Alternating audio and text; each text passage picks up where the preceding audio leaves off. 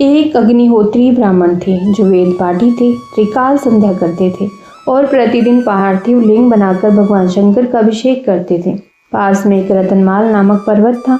वहां पर एक दूषण नामक दैत्य रहता था जो स्वाभाविक रूप से संत ऋषि से द्वेष करता था। उसने देखा ये कौन ब्राह्मण सुबह सुबह नमः शिवाय करने बैठ जाता है, यज्ञ करता है, उसका धुआं उठता है, मुझे व्यवधान होता है।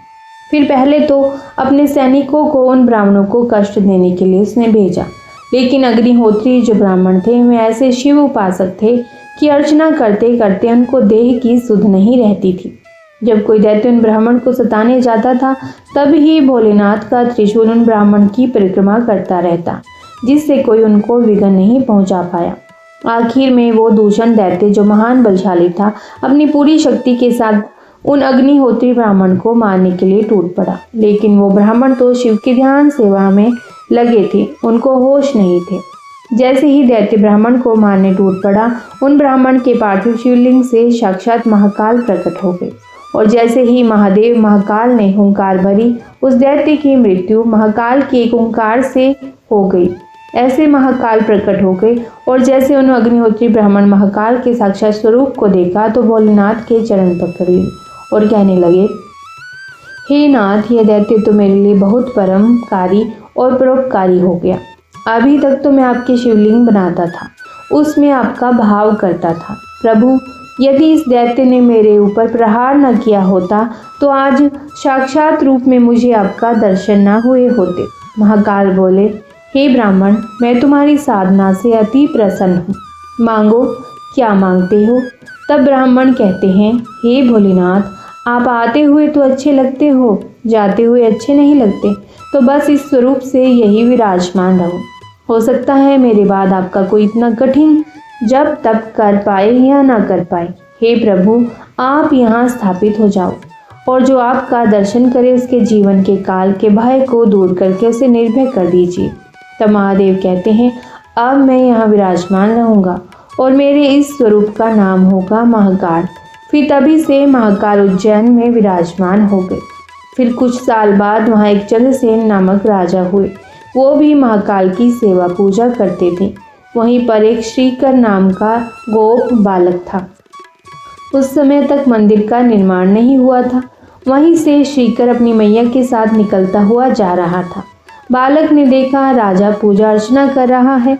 बालक ने अपनी मैया से कहा, मैं भी भगवान की पूजा अर्चना करूंगा। माँ ने कहा, बावरे, यह राजा का मंदिर है, वहाँ सब लोग नहीं जा सकते, चलो यहाँ से। लेकिन वो बच्चा हट करता रहा, नहीं, मैं भी शंकर जी की पूजा करूँगा। तब माँ ने कहा, बेटा, वो राजा का मंदिर है।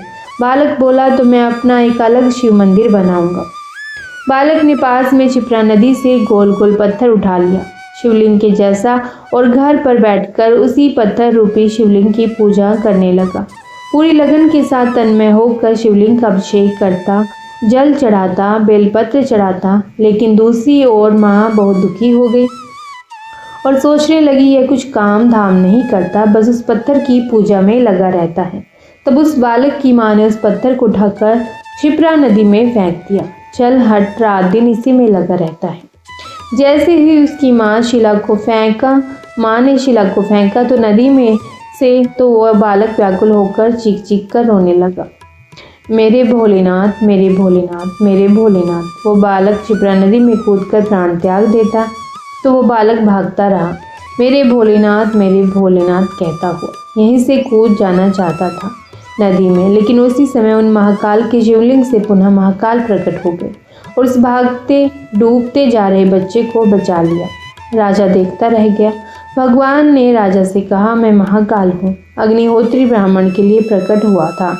अब यह मंदिर केवल राजा का नहीं, सार्वजनिक होगा। सब लोग यहाँ आकर पूजा सेवा कर सकते हैं, दर्शन कर सकते हैं। तो बोलिए ओम नमः शिवाय। शांत जो उग्र है शून्य भी वो अनंत है। महाकाल वही शिवा प्रिय है, रुद्र रूप वही संत है। हर हर महादेव। आप सभी का स्वागत है आपके अपने चैनल हरि का पंचांग में। आप सुन रहे हैं इस चैनल पर फाल्गुन मास की कथाएं, जिसमें महादेव की कथाओं का वर्णन किया गया है। आज आप सुनेंगे फाल्गुन मास की कथा अध्याय 3। इससे पहले की कथाएं यदि आपने नहीं सुनी हैं तो आप हमारे चैनल पर सुन सकते हैं। इस अध्याय में प्रयाग में श्री सूत जी से मुनियों का तुरंत पाप नाश करने वाले साधन के विषय में प्रश्न किया गया है, जो आदि से लेकर अंत में है, नित्य मंगलमय है, जो आत्मा के स्वरूप को प्रकाशित करने वाले हैं, जिनके 5 मुख हैं और जो खेल खेल में जगत की रचना, पालन और संहार तथा अनुग्रह एवं तिरोभाव रूप 5 प्रबल कर्म करते हैं। उन सर्वश्रेष्ठ अजर अमर उमापति भगवान शंकर का मैं मन ही मन चिंतन करता हूँ। ओम श्री गणेशाय नमः। व्यास जी कहते हैं, धर्म का महान क्षेत्र जहाँ गंगा यमुना का संगम है, उस पुण्य में प्रयाग जो ब्रह्मलोक का मार्ग है, वहाँ एक बार महातेजस्वी महाभाग महात्मा मुनियों ने विशाल यज्ञ का आयोजन किया। उस ज्ञान यज्ञ का समाचार सुनकर पुराणिक शिरोमणि व्यास जी के शिष्य श्री सूत जी वहां मुनियों के दर्शन के लिए आए। सूत जी का सभी मुनियों ने विधिवत स्वागत और सत्कार किया तथा उनकी स्तुति करते हुए हाथ जोड़कर उनसे कहा, हे सर्वज्ञ विद्वान रोमहर्षण जी, आप बड़े भाग्यशाली हैं। आपने स्वयं व्यास जी के मुख से पुराण विद्या प्राप्त की है। आप आश्चर्य स्वरूप कथाओं का भंडार है। आप भूत भविष्य और वर्तमान के ज्ञाता हैं। हमारा सौभाग्य है कि आपके दर्शन हुए। आपका यहाँ आना निरर्थक नहीं हो सकता। आप कल्याणकारी हैं, उत्तम बुद्धि वाले श्री सूत जी। यदि आपका अनुग्रह हो तो गोपनीय होने पर भी आप शुभ अशुभ तत्व का निर्वर्णन करें, जिससे हमारी तृप्ति नहीं होती और उसे सुनने की हमारी इच्छा ऐसे ही रहती है। कृपा कर उस विषय का वर्णन करें। घोर कलयुग आने पर मनुष्य पुण्य कर्म से दूर होकर दुराचार में फंस जाएंगे, दूसरों की बुराई करेंगे, पराई स्त्रियों के प्रति आसक्त होंगे, हिंसा करेंगे, मूर्ख नास्तिक और पशुबद्धि हो जाएंगे। श्री सूत जी, कलयुग में वेद प्रतिपादित वर्ण आश्रम व्यवस्था नष्ट हो जाएगी। प्रत्येक वर्ण और आश्रम में रहने वाले अपने अपने धर्मों के आचरण का परित्याग कर विपरीत आचरण करने में सुख प्राप्त करेंगे। इस सामाजिक वर्ण संकरता से लोगों का पतन होगा, परिवार टूट जाएंगे, समाज बिखर जाएगा। प्राकृतिक आपदाओं से जगह जगह लोगों की मृत्यु होगी, धन का क्षय होगा, स्वार्थ और लोभ की प्रवृत्ति बढ़ जाएगी। ब्राह्मण लोभी हो जाएंगे और वेद बेचकर धन प्राप्त करेंगे। मद से मोहित होकर दूसरों को ठगेंगे, पूजा पाठ नहीं करेंगे और ब्रह्म ज्ञान से शून्य होंगे। क्षत्रिय अपने धर्म को त्याग कर कुसंगी, पापी और व्यभिचारी होंगे। शौर्य से रहित हो वे शूद्रों जैसा व्यवहार करेंगे और काम के अधीन हो जाएंगे। वैश्य धर्म से विमुख हो संस्कार भ्रष्ट होकर कुमार्गी, धन उपार्जन परायण होकर नापतोल में ध्यान लगाएंगे। शूद्र अपना धर्म कर्म छोड़कर अच्छी वेशभूषा से सुशोभित हो व्यर्थ घूमेंगे। वे कुटिल और ईर्ष्यालु होकर अपने धर्म के प्रतिकूल हो जाएंगे, कुकर्मी और वाद विवाद करने वाले होंगे। वे स्वयं को कुलीन मानकर सभी धर्मों और वर्णों में विवाह करेंगे। स्त्रियां सदाचार से विमुख हो जाएंगी। वे अपने पति का अपमान करेंगी और सास ससुर से लड़ेंगी, मलिन भोजन करेंगी। उनका शील स्वभाव बहुत बुरा होगा। श्री सूत जी, इस तरह जिनकी बुद्धि नष्ट हो गई है और जिन्होंने अपने धर्म का त्याग कर दिया है, ऐसे लोग लोक परलोक में उत्तम गति कैसे प्राप्त करेंगे? इस चिंता से हम सभी व्याकुल हैं। परोपकार के समान कोई धर्म नहीं है। इस धर्म का पालन करने वाला दूसरों को सुखी करता हुआ स्वयं भी प्रसन्नता अनुभव करता है। यह भावना यदि निष्काम हो तो कर्ता का हृदय शुद्ध करते हुए उसे परम गति प्रदान करती है। हे महामुने, आप समस्त सिद्धांतों के ज्ञाता हैं। कृपा कर कोई ऐसा उपाय बताइए जिससे इन सब के पापों का तत्काल नाश हो जाए। हरिओम। आपने देखा, इस कथा में बताया गया है जो वास्तव में कलयुग में हो रहा है, जबकि पुराण हजारों वर्षों पहले लिखे जा चुके हैं। तो देखिए, हमारे पुराणों में सत्यता ही लिखी हुई है। आगे व्यास जी कहते हैं, उन श्रेष्ठ मुनियों की यह बात सुनकर श्री सूत जी मन ही मन परम श्रेष्ठ भगवान शंकर का स्मरण करके उनसे इस प्रकार बोले। श्री सूत जी कहते हैं, साधु महात्माओं, आपने बहुत अच्छी बात पूछी है। यह प्रश्न तीनों लोगों का हित करने वाला है। आप लोगों के स्नेहपूर्ण आग्रह पर गुरुदेव व्यास का स्मरण करके मैं समस्त पाप राशियों से उद्धार करने वाले शिव पुराण की अमृत कथा का वर्णन कर रहा हूँ। ये वेदांत का सार सर्वस्व है। यही परलोक में परमार्थ को देने वाला है तथा दुष्टों का विनाश करने वाला है। इसमें भगवान शिव के उत्तम यश का वर्णन है। धर्म, अर्थ, काम और मोक्ष आदि पुरुषार्थों को देने वाला पुराण अपने प्रभाव की दृष्टि से वृद्धि तथा विस्तार को प्राप्त हो रहा है। शिव पुराण अध्ययन से कलयुग के सभी पापों में लिप्त जीव उत्तम गति को प्राप्त होंगे। इसके उदय से ही कलयुग का उत्पात शांत हो जाएगा। शिव पुराण को वेद तुल्य माना जाएगा। इसका प्रवचन सर्वप्रथम भगवान शिव ने ही किया था। इस पुराण के 12 खंड या कहिए कि भेद हैं। ये 12 संहिताएं हैं। सबसे पहले विद्वेश्वर संहिता, दूसरी रुद्र संहिता और तीसरी विनायक संहिता, चौथी है उमा संहिता और पांचवी सहस्र कोटि रुद्र संहिता, छठी है एकादश रुद्र संहिता और सातवां कैलाश संहिता और आठवां शतरुद्र संहिता, नौवां है कोटि रुद्र संहिता और 10वां है मातृ संहिता, 11वीं है वायवी संहिता और 12वां है धर्म संहिता। विद्वेश्वर संहिता में 10,000 श्लोक हैं। रुद्र संहिता, विनायक संहिता, उमा संहिता और मातृ संहिता प्रत्येक में 8,000 श्लोक हैं। एकादश रुद्र संहिता में 13,000, कैलाश संहिता में 6,000, शतरुद्र संहिता में 3,000, कोटि रुद्र संहिता में 9,000, सहस्र कोटि रुद्र संहिता में 11,000, वायवीय संहिता में 4,000 तथा धर्म संहिता में 12,000 श्लोक हैं। मूल शिव पुराण में कुल 1,00,000 श्लोक हैं, परंतु व्यास जी ने इसे 24,000 श्लोकों में संक्षिप्त कर दिया है। पुराणों की क्रम संख्या में शिव पुराण का चौथा स्थान है, जिसमें 7 संहिताएं हैं। पूर्व काल में भगवान शिव ने 100 करोड़ श्लोकों का पुराण ग्रंथ ग्रंथित किया था। सृष्टि के आरंभ में निर्मित यह पुराण साहित्य अधिक विस्तृत था। द्वापर युग में द्वापायन आदि महर्षियों ने पुराण को 18 भागों में विभाजित करके 4,00,000 श्लोकों में इसको संक्षिप्त कर दिया। इसके बाद व्यास जी ने 24,000 श्लोकों में इसका प्रतिपादन किया। यह वेद तुल्य पुराण विद्वेश्वर रुद्र संहिता, शतरुद्र संहिता, कोटि रुद्र संहिता, उमा संहिता, कैलाश संहिता और वायवी संहिता नामक 7 संहिताओं में विभाजित है। यह 7 संहिताओं वाला शिव पुराण वेद के समान प्रमाणिक तथा उत्तम गति प्रदान करने वाला है। इस निर्मल शिव पुराण की रचना भगवान शिव द्वारा की गई है तथा इसको संक्षेप में संकलित करने का श्रेय व्यास जी को जाता है। शिव पुराण सभी जीवों का कल्याण करने वाला, सभी पापों का नाश करने वाला है। यही सत्पुरुषों को कल्याण प्रदान करने वाला है।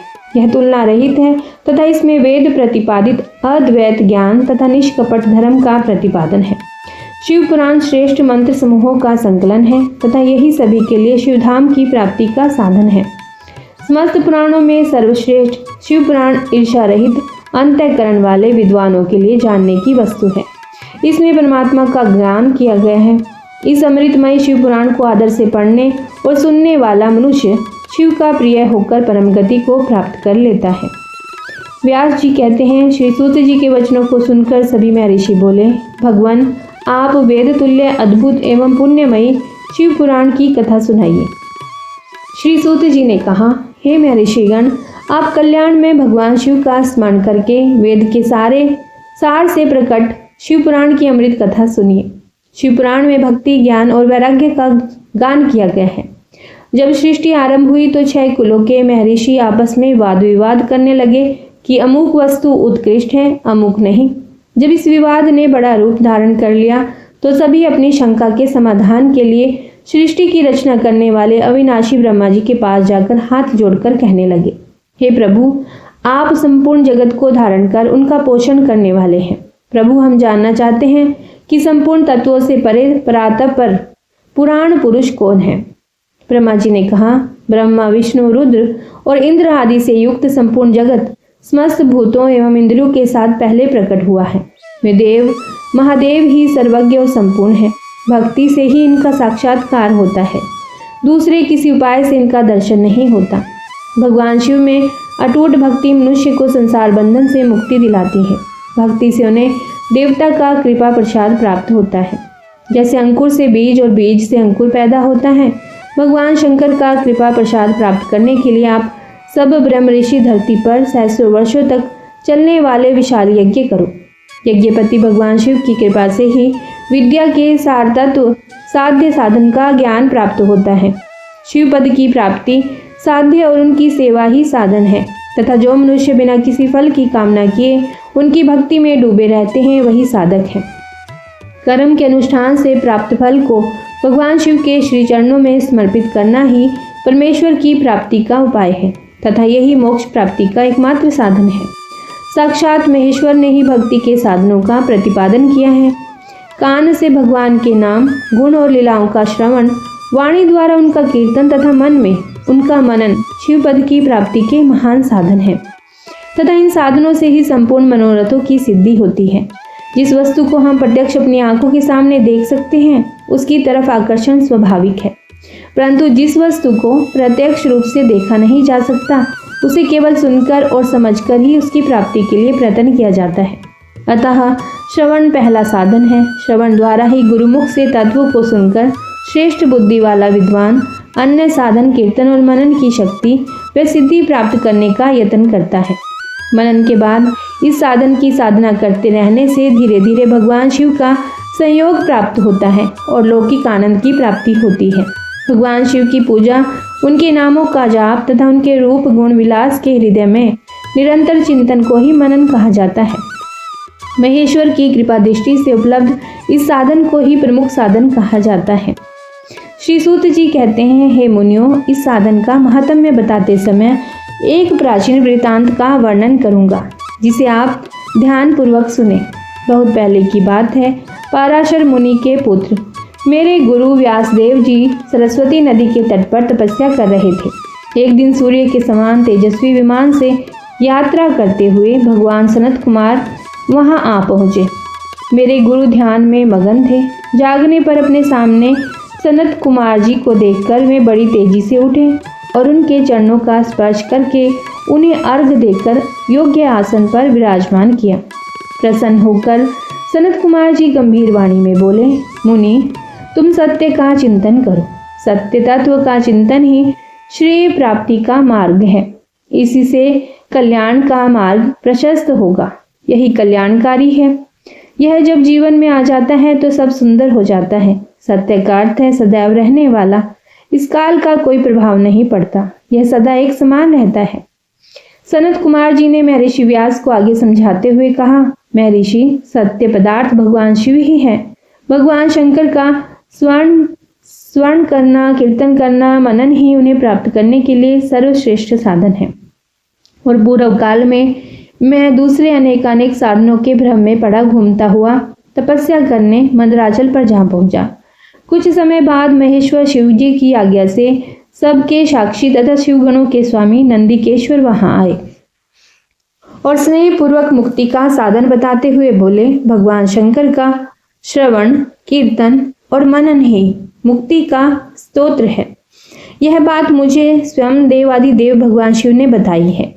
अतः तुम इन्हीं साधनाओं का अनुष्ठान करो। व्यास जी से ऐसा कहकर अनुगामियों सहित सनत कुमार ब्रह्मधाम को चले गए। इस प्रकार इस उत्तम वृतांत का संक्षेप में मैंने वर्णन किया है। ऋषि बोले, श्री सूत जी, आपने श्रवण, कीर्तन और मनन को मुक्ति का उपाय बताया है, किंतु जो मनुष्य इन तीनों साधनों में असमर्थ हो वह मनुष्य कैसे मुक्त हो सकता है? किस कर्म के द्वारा? बिना यत्न के ही मोक्ष मिल सकता है। श्री सूत जी कहते हैं, हे शौनक जी, श्रवण, कीर्तन और मनन जैसे साधनों को करना प्रत्येक के लिए सुगम नहीं है। इसके लिए योग्य गुरु और आचार्य चाहिए। गुरुमुख से सुनी गई वाणी मन की शंकाओं को दग्ध करती है। गुरुमुख से सुने शिव तत्व द्वारा शिव के रूप स्वरूप के दर्शन और गुण अनुवाद में रस अनुभूति होती है, तभी भक्त कीर्तन कर पाता है।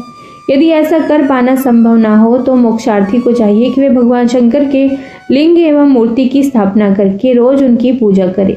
इसे अपनाकर वह इस संसार सागर से पार हो सकता है। संसार सागर से पार होने के लिए इस तरह की पूजा आसानी से भक्ति पूर्वक की जा सकती है। अपनी शक्ति एवं समर्थ के अनुसार धनराशि से शिवलिंग या शिव मूर्ति की स्थापना कर भक्ति भाव से उसकी पूजा करनी चाहिए।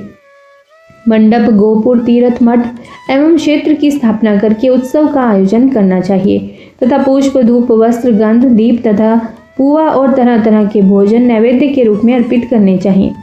श्री शिव जी ब्रह्मरूप और निष्कल अर्थात कला रहित भी हैं और कला सहित भी। मनुष्य इन दोनों स्वरूपों की पूजा करते हैं। शंकर जी को ही ब्रह्म पदवी भी प्राप्त है। कलापूर्ण भगवान शिव की मूर्ति पूजा भी मनुष्य द्वारा ही की जाती है और वेदों ने इस तरह की पूजा की आज्ञा प्रदान की है। सनत कुमार जी ने पूछा, हे नंदिकेश्वर, पूर्व काल में उत्पन्न हुए लिंग बेर अर्थात मूर्ति की उत्पत्ति के संबंध में आप हमें विस्तार से बताइए। नंदिकेश्वर ने बताया, मुनीश्वर, प्राचीन काल में एक बार ब्रह्मा और विष्णु के मध्य युद्ध हुआ तो उनके बीच स्तंभ रूप में शिवजी प्रकट हो गए। इस प्रकार उन्होंने पृथ्वीलोक का संरक्षण किया। उसी दिन से महादेव जी का लिंग के साथ साथ मूर्ति पूजन भी जगत में प्रचलित हो गया। अन्य देवताओं की साकार अर्थात मूर्ति पूजा होने लगी, जो कि अभीष्ट फल प्रदान करने वाली थी, परंतु शिवजी के लिंग और मूर्ति दोनों रूप ही पूजनीय है। नंदिकेश्वर बोले, पूर्व काल में श्री विष्णु अपनी पत्नी श्री लक्ष्मी जी के साथ शेष शैया पर शयन कर रहे थे। तब एक बार ब्रह्मा जी वहां पहुंचे और विष्णु जी को पुत्र कहकर पुकारने लगे, पुत्र उठो, मैं तुम्हारा ईश्वर तुम्हारे सामने खड़ा हूँ। यह सुनकर विष्णु जी को क्रोध आ गया, फिर भी शांत रहते हुए वे बोले, पुत्र तुम्हारा कल्याण हो, कहो अपने पिता के पास कैसे आना हुआ। यह सुनकर ब्रह्मा जी कहने लगे, मैं तुम्हारा रक्षक हूँ, सारे जगत का पितामह हूँ, सारा जगत मुझ में निवास करता है। तू मेरी नाभि कमल से प्रकट होकर मुझसे ऐसी बातें कर रहा है। इस प्रकार दोनों में विवाद होने लगा। तब वे दोनों अपने को प्रभु कहते कहते एक दूसरे का वध करने को तैयार हो गए। हंस और गरुड़ पर बैठे दोनों परस्पर युद्ध करने लगे। ब्रह्मा जी के वक्ष स्थल में विष्णु जी ने अनेकों अस्त्रों का प्रहार करके उन्हें व्याकुल कर दिया। इससे कुपित होकर ब्रह्मा जी ने भी पलटकर भयानक प्रहार किए और उनके पारस्परिक आघातों से देवताओं में हलचल मच गई। वे घबराए और त्रिशूलधारी भगवान शिव के पास गए और उन्हें सारी व्यथा सुनाई। भगवान शिव अपनी सभा में उमा देवी सहित सिंहासन पर विराजमान थे और मंद मंद मुस्कुरा भी रहे थे। महादेव जी बोले, पुत्रों, मैं जानता हूँ कि तुम ब्रह्मा और विष्णु के परस्पर युद्ध से बहुत दुखी हो। तुम डरो मत, मैं अपने गणों के साथ तुम्हारे साथ चलता हूँ। तब भगवान शिव अपने नंदी पर आरूढ़ होकर देवताओं सहित युद्ध स्थल की ओर चल दिए। वहां छिपकर वे ब्रह्मा विष्णु के युद्ध को देखने लगे। उन्हें जब यह ज्ञात हुआ कि वे दोनों एक दूसरे को मारने की इच्छा से महेश्वर और पाशुपात अस्त्रों का प्रयोग करने जा रहे हैं, तो वे युद्ध को शांत करने के लिए महाअग्नि के तुल्य एक स्तंभ रूप में ब्रह्मा और विष्णु के मध्य खड़े हो गए। महाअग्नि के प्रकट होते ही दोनों के अस्त्र स्वयं ही शांत हो गए। अस्त्रों को शांत होते देखकर ब्रह्मा और विष्णु दोनों कहने लगे कि इस अग्नि स्वरूप स्तंभ के बारे में हमें जानकारी करनी चाहिए। दोनों ने उसकी परीक्षा लेने का निर्णय लिया। भगवान विष्णु ने शूकर रूप धारण किया और उसको देखने के लिए नीचे धरती में चल दिए। ब्रह्मा जी हंस का रूप धारण करके ऊपर की ओर चल दिए। पाताल में बहुत नीचे जाने पर भी विष्णु जी को स्तंभ का अंत नहीं मिला, अतः वे वापस चले आए। ब्रह्मा जी ने आकाश में जाकर केतकी का फूल देखा। वे उस फूल को लेकर विष्णु जी के पास गए। विष्णु जी ने उनके चरण पकड़ लिए। ब्रह्मा जी के छल को देखकर भगवान शिव प्रकट हुए। विष्णु जी की महानता से शिव प्रसन्न होकर बोले, हे विष्णु जी, आप सत्य बोलते हैं, अतः मैं आपको अपनी समानता का अधिकार देता हूँ।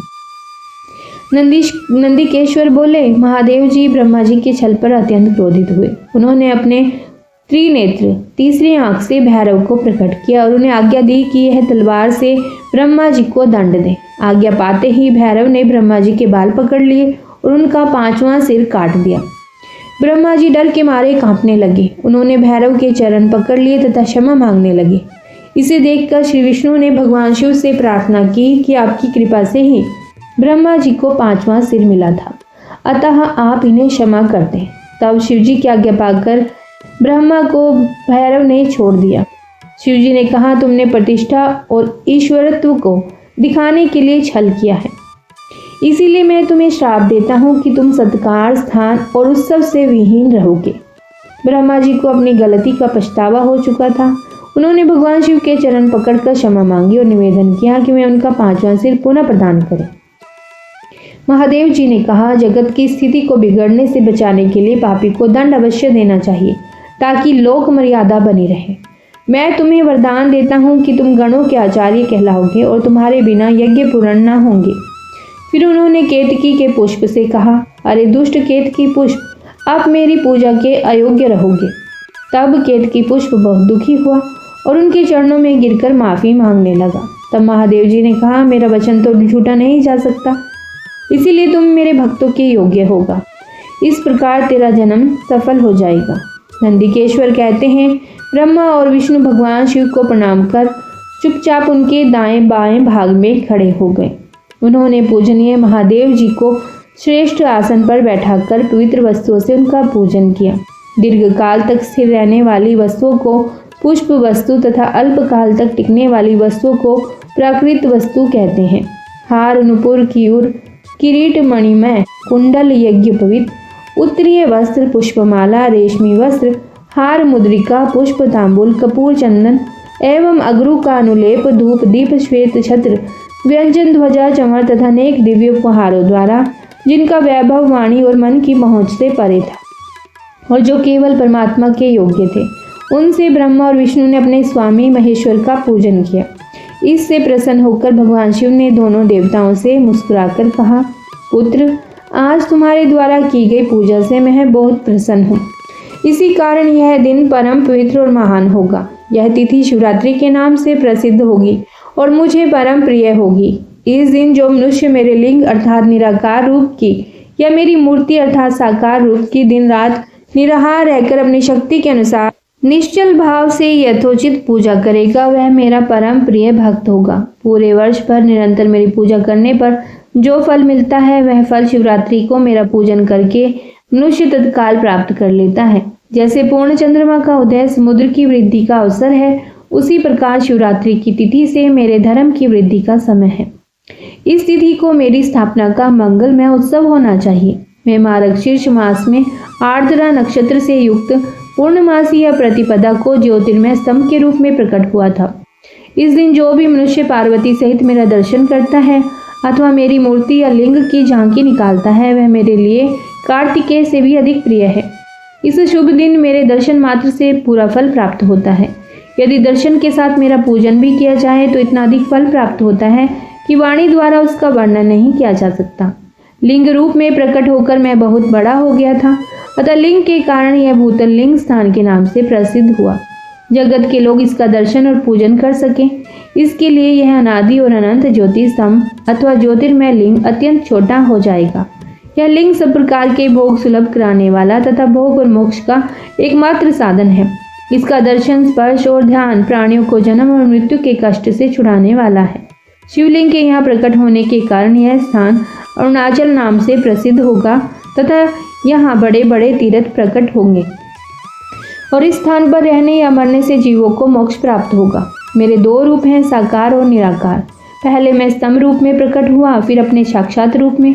ब्रह्म भाव मेरा निराकार रूप है तथा महेश्वर भाव मेरा साक्षात रूप है। ये दोनों ही मेरे सिद्ध रूप हैं। मैं ही पर ब्रह्मा परमात्मा हूँ। जीवों पर अनुग्रह करना मेरा कार्य है। मैं जगत की वृद्धि करने वाला होने के कारण ब्रह्म कहलाता हूँ। सर्वत्र स्थित होने के कारण मैं ही सबकी आत्मा हूँ। सर्ग से लेकर अनुग्रह तक जो जगत संबंधी 5 कृत्य हैं, वे सदा ही मेरे हैं। मेरी ब्रह्म रूपता को बोध कराने के लिए पहले लिंग प्रकट हुआ, फिर अज्ञात ईश्वरत्व का साक्षात्कार कराने के लिए मैं जगदीश्वर रूप में प्रकट हो गया। मेरा सकल रूप मेरे ईशत्व का और निष्कल रूप मेरे ब्रह्म स्वरूप का बोध कराता है। मेरा लिंग मेरा स्वरूप है और मेरे सामीप्य की प्राप्ति कराने वाला है। मेरे लिंग की स्थापना करने वाले मेरे उपासक को मेरी समानता की प्राप्ति हो जाती है तथा मेरे साथ एकत्व का अनुभव करता है। संसार सागर से मुक्त भी हो जाता है और वह जीते जी परमानंद की अनुभूति भी करता हुआ शरीर का त्याग कर शिवलोक को प्राप्त होता है, अर्थात मेरा ही स्वरूप हो जाता है। मूर्ति की स्थापना लिंग की अपेक्षा गौण है। यह उन भक्तों के लिए है जो शिव तत्व के अनुशीलन में सक्षम नहीं है। ब्रह्मा और विष्णु ने पूछा, प्रभु सृष्टि आदि 5 कृत्यों के लक्षण क्या हैं? यह हम दोनों को बताइए। भगवान शिव बोले, मेरे कर्तव्यों को समझना अत्यंत गहन है, तथापि मैं कृपा पूर्वक तुम्हें बता रहा हूँ। सृष्टि, पालन, संहार, तिरोभाव और अनुग्रह मेरे जगत संबंधी 5 कार्य हैं जो नित्य सिद्ध हैं। संसार की रचना का आरंभ सृष्टि कहलाता है। मुझसे पालित होकर सृष्टि का सुस्थिर रहना उसका पालन है। उसका विनाश ही संहार है।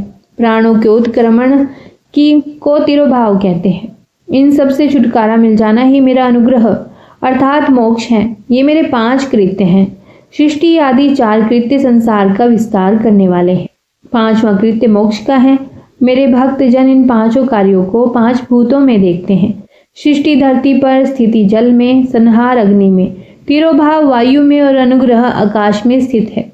पृथ्वी से सबकी सृष्टि होती है, जल से वृद्धि होती है, आग सबको जला देती है, वायु एक स्थान से दूसरे स्थान पर ले जाती है और आकाश सबको अनुग्रहित करता है। इन 5 कृत्यों का भार वहन करने के लिए ही मेरे 5 मुख हैं।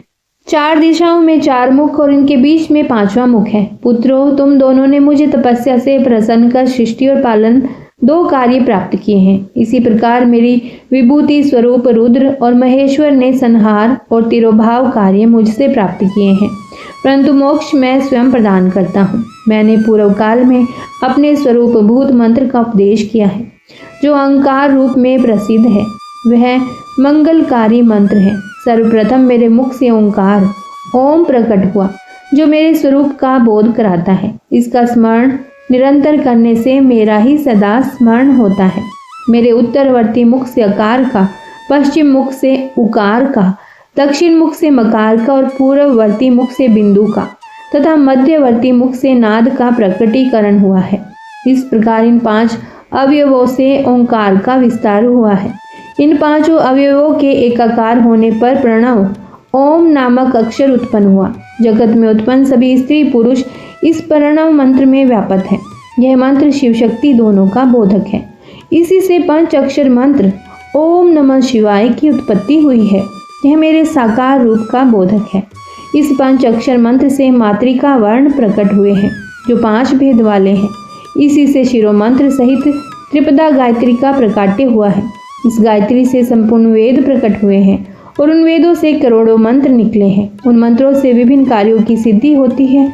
इस पंचाक्षर प्रणव मंत्र से सभी मनोरथ पूर्ण होते हैं और इस मंत्र से भोग और मोक्ष दोनों प्राप्त होते हैं। नंदिकेश्वर कहते हैं, जगदम्बा उमा गौरी पार्वती के साथ बैठे महादेव ने उत्तरवर्ती मुख बैठे ब्रह्मा और विष्णु को पर्दा करने वाले वस्त्र से आच्छादित करके उनके मस्तक पर अपना हाथ रखकर धीरे धीरे उच्चारण करके उन्हें उत्तम मंत्र का उपदेश दिया। 3 बार मंत्र का उच्चारण करके भगवान शिव ने उन्हें शिष्यों के रूप में दीक्षा दी। गुरु दक्षिणा के रूप में दोनों ने अपने आप को समर्पित करते हुए दोनों हाथ जोड़कर उनके समीप खड़े हो जगत गुरु भगवान शिव की इस प्रकार स्तुति करने लगे। ब्रह्मा विष्णु बोले, प्रभु, आपके साकार और निराकार 2 रूप हैं। आप तेज से प्रकाशित हैं, आप सबके स्वामी हैं, आप सर्वात्मा को नमस्कार हैं, आप प्रणव मंत्र के बताने वाले हैं तथा आप ही प्रणव लिंग वाले हैं। सृष्टि पालन संहार तथा तिरोभाव और अनुग्रह आदि आपके ही कार्य हैं। आपके 5 मुख हैं, आप ही परमेश्वर हैं, आप सबकी आत्मा है, ब्रह्मा है। आपके गुण और शक्तियां अनंत हैं। हम आपको नमस्कार करते हैं। इन पंक्तियों से स्तुति करते हुए गुरु महेश्वर को प्रसन्न कर ब्रह्मा विष्णु ने उनके चरणों में प्रणाम किया। महेश्वर बोले, आर्द्रा नक्षत्र में चतुर्दशी को यदि इस प्रणव मंत्र का जप किया जाए तो यह अक्षय फल देने वाला है। सूर्य की संक्रांति में महा आर्द्रा नक्षत्र में 1 बार किया प्रणव आर्द्रा नक्षत्र में 1 बार किया प्रणव जप करोड़ों गुना जप का फल देता है। मृगशीरा नक्षत्र का अंतिम भाग तथा पुनर्वसु का शुरू का भाग पूजा, होम और तर्पण के लिए सदा आर्द्रा के समान ही है। मेरे लिंग का दर्शन प्रातःकाल अर्थात मध्याह्न से पूर्व काल में करना चाहिए। मेरे दर्शन पूजन के लिए चतुर्दशी तिथि उत्तम है। पूजा करने वालों के लिए मेरी मूर्ति और लिंग दोनों समान है। फिर भी मेरी मूर्ति की अपेक्षा लिंग का स्थान ऊंचा है, इसीलिए मनुष्यों को शिवलिंग का ही पूजन करना चाहिए। लिंग का ओम मंत्र से और मूर्ति का 5 अक्षर मंत्र से पूजन करना चाहिए। शिवलिंग की स्वयं स्थापना करके या दूसरों से स्थापना करवाकर उत्तम द्रव्यों से पूजा करने से मेरा पद सुलभ होता है। इस प्रकार दोनों शिष्यों को उपदेश देकर भगवान शिव अंतर ध्यान हो गए। हर हर महादेव। इससे आगे का अध्याय आप कल की वीडियो में सुन सकते हैं। प्रभु शिव की कृपा आप सभी पर बनी रहे। माता पार्वती की कृपा दृष्टि भी आप सभी पर बनी रहे।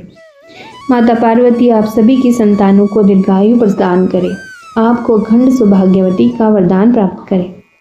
शिव और पार्वती की कृपा हम सभी पर सदैव बनी रहे। आइए जानते हैं 8 पहरों के बारे में। 8 प्रहर होते हैं। सबसे पहले हम बात करते हैं पहले प्रहर की। शाम के 6 बजे से लेकर रात्रि के 9 बजे तक का जो समय होता है वह पहला प्रहर होता है, जिसे लोग प्रदोष काल के नाम से भी जानते हैं। इस प्रहर देवी देवताओं की पूजा करना बहुत ही शुभ माना जाता है। अब बात करते हैं दूसरे प्रहर की। रात्रि के 9 बजे से लेकर रात्रि के 12 बजे तक का समय होता है दूसरा प्रहर। यह समय खरीदारी के लिए शुभ माना जाता है। ऐसी मान्यता है कि इस दौरान पेड़ पौधों को छूने से बचना चाहिए। तीसरा प्रहर होता है रात्रि के 12 बजे से 3 बजे तक के समय को तीसरा प्रहर कहा जाता है, जिसे लोग निशित काल के नाम से भी जानते हैं। इस प्रहर के दौरान लोग तामसिक और तांत्रिक क्रियाएं भी करते हैं। चौथा प्रहर होता है प्रातः 3 बजे से लेकर 6 बजे तक का समय। यह रात्रि का अंतिम प्रहर होता है, इसीलिए इसका खास महत्व होता है। इसे लोग उषा काल के नाम से भी जानते हैं। पांचवा प्रहर होता है सुबह 6 बजे से लेकर 9 बजे तक के समय को पांचवा प्रहर कहा जाता है। यह दिन का पहला प्रहर होता है और इस दौरान पूजा पाठ करना बहुत अच्छा होता है। छठा प्रहर होता है प्रातः 9 बजे से लेकर दोपहर 12 बजे तक। इस समय में मांगलिक कार्य वर्जित होते हैं। सातवां प्रहर होता है दोपहर 12 बजे से लेकर शाम 3 बजे तक का। इस दौरान शुभ कार्य करना अच्छा होता है। आठवां प्रहर होता है शाम के 3 बजे से लेकर 6 बजे तक का समय। इस दौरान भूलकर भी सोना नहीं चाहिए। ये थी बातें शास्त्रों के द्वारा कही हुई जो हमारे 8 प्रहरों के बारे में कही गई हैं।